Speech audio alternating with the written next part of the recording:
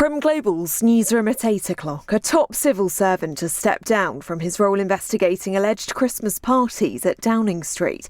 It's emerged one of the quizzes last year was held in Simon Case's own office, and he knew about it. Former Number 10 Press Secretary Alistair Campbell has accused the Prime Minister of having no moral compass. These are people within Downing Street who clearly believed they could do what the hell they wanted. And I think what you've seen in the by-election is a tipping point. People are just sick to death of this guy coming on the television, dressing up in his funny hats and his funny clothes, pulling his funny faces, and basically lying, gaslighting, and not doing the job.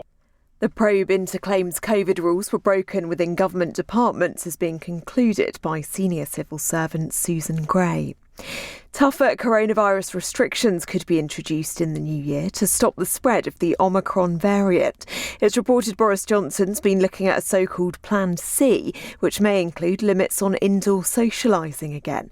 The UK reported another 90,000 new COVID cases yesterday.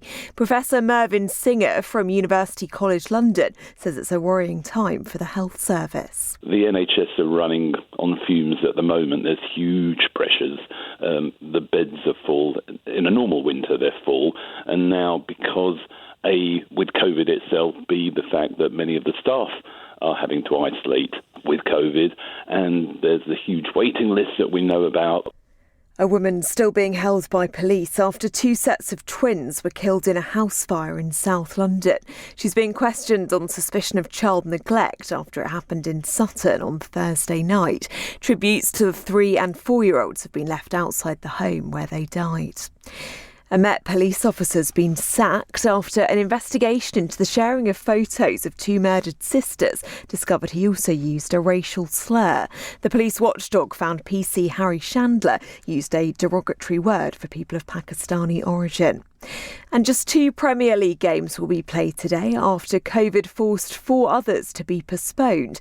Burnley will move out of the bottom 3 if they beat Aston Villa, and the late kick-off will see Arsenal go for a 3rd straight top-flight win when they visit struggling Leeds.